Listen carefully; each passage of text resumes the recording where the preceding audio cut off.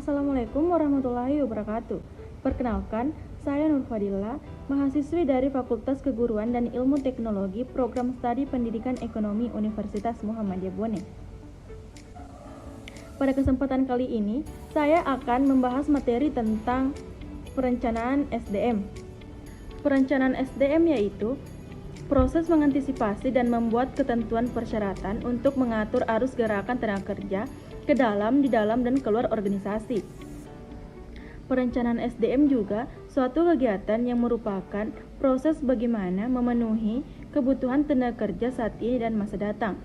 Bagi sebuah organisasi, dalam pandangan modern, SDM merupakan faktor utama yang menentukan hidup atau matinya sebuah organisasi, baik organisasi bisnis maupun sosial.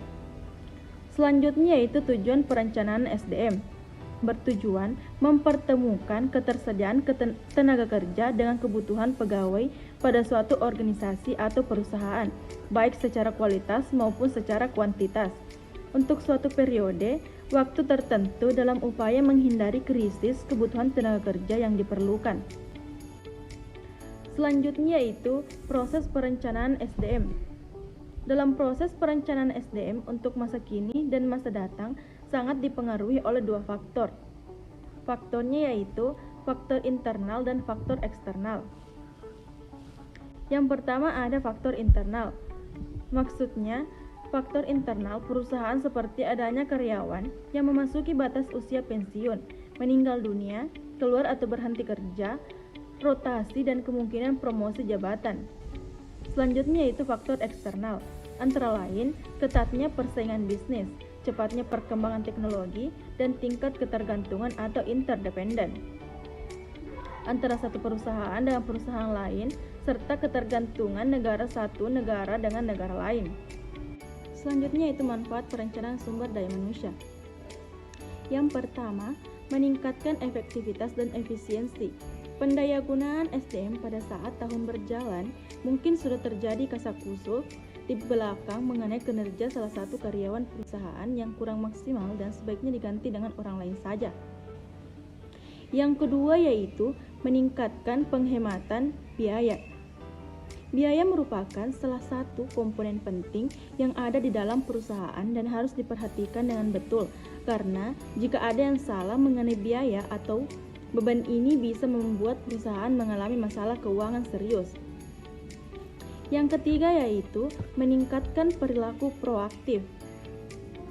Maksudnya yaitu dengan adanya perencanaan SDM ini tentunya akan membuat pegawai perusahaan menjadi proaktif, dikarenakan para pegawai ini akan melakukan hal yang semaksimal mungkin dalam kinerjanya supaya dirinya tidak diganti atau supaya bisa mendapatkan promosi jabatan.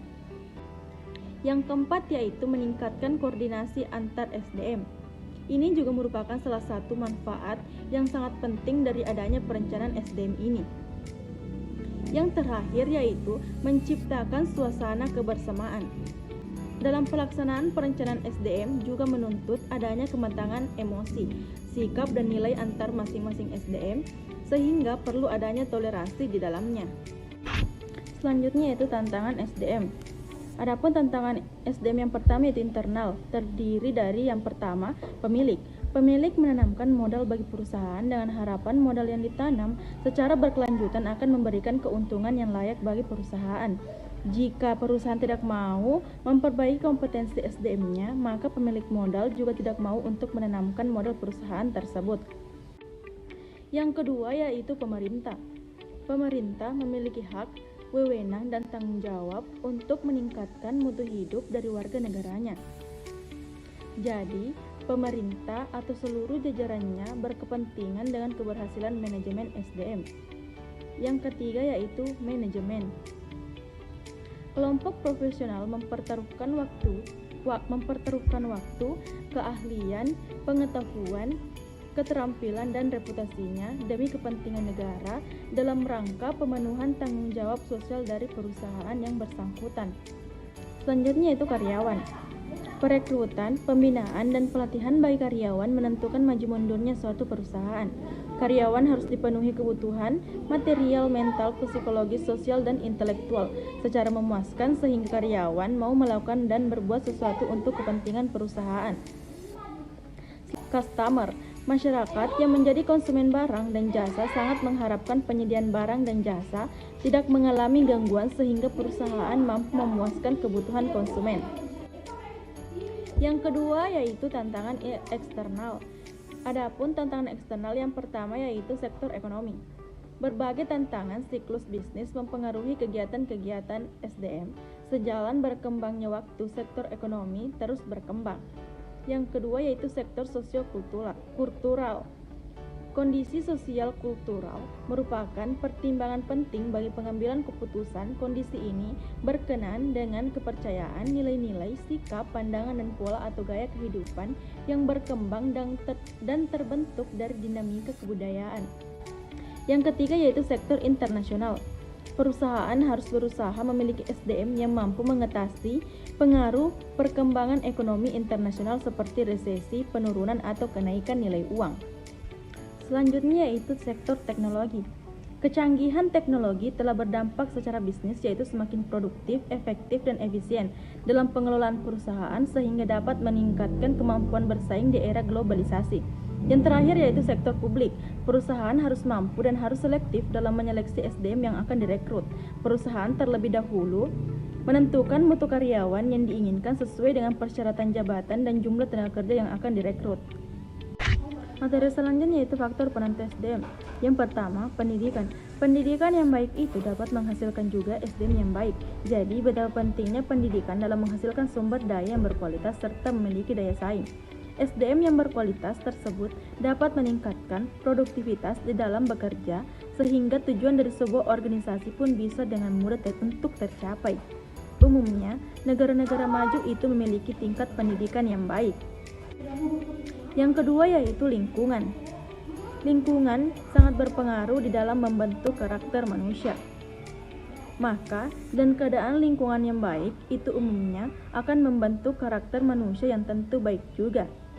Sehingga dapat atau bisa menghasilkan SDM yang berkualitas, mempunyai daya saing. Lingkungan yang berpengaruh membentuk karakter manusia, misalnya ialah seperti lingkungan tempat tinggal, lingkungan pendidikan, lingkungan bermain, dan lain-lain.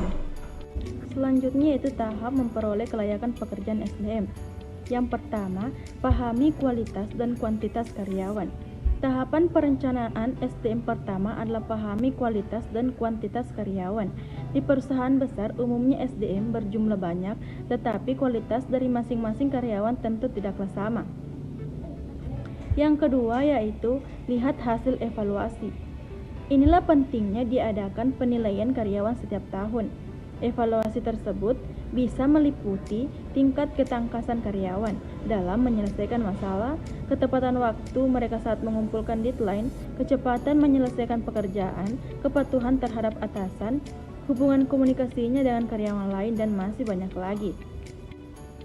Yang ketiga yaitu sesuaikan dengan program perusahaan. Apa yang diperlukan perusahaan ke depannya?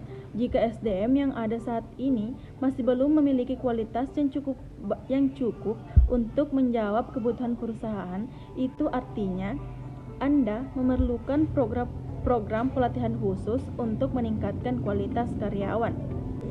Yang terakhir yaitu pahami kondisi pasar tenaga kerja. Maksudnya itu meningkatnya jumlah penduduk setiap tahun yang sayangnya tidak diimbangi dengan jumlah lapangan kerja yang memadai, membuat SDM yang tersedia di luar sana sangatlah melimpah. Baiklah, inilah yang sempat saya sampaikan pada video kali ini. Lebih dan kurangnya mohon dimaafkan. Wabillahi taufiq wal hidayah. Wassalamualaikum warahmatullahi wabarakatuh.